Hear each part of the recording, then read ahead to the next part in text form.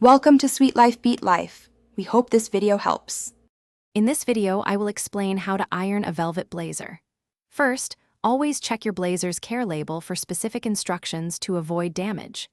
Next, set up a clean, padded ironing board, ensuring it's stable and ready for use. You'll also need a pressing cloth, preferably made of cotton, and a spray bottle filled with distilled water. These tools are essential for protecting the delicate velvet fabric during the ironing process. To begin ironing, turn your velvet blazer inside out. This protects the outer surface from direct heat and potential marks. Set your iron to a low heat setting, ideally for silk or synthetics, and never use steam directly on the velvet. Place the pressing cloth over the area you are ironing. Gently press the iron, moving it in the direction of the velvet's pile to maintain its texture and sheen. For more stubborn wrinkles, lightly mist your pressing cloth with distilled water before placing it on the velvet. This adds a touch of moisture without directly wetting the fabric.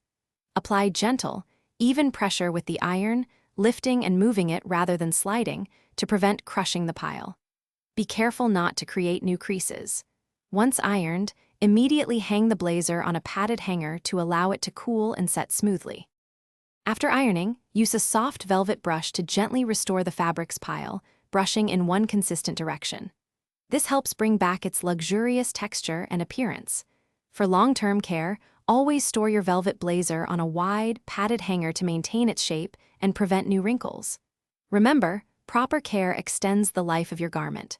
Also, for other great deals and to upgrade your clean game, check the description for a link to the Shark AI Ultra Robot Vacuum and more. Thanks for watching. Consider subscribing if we helped you.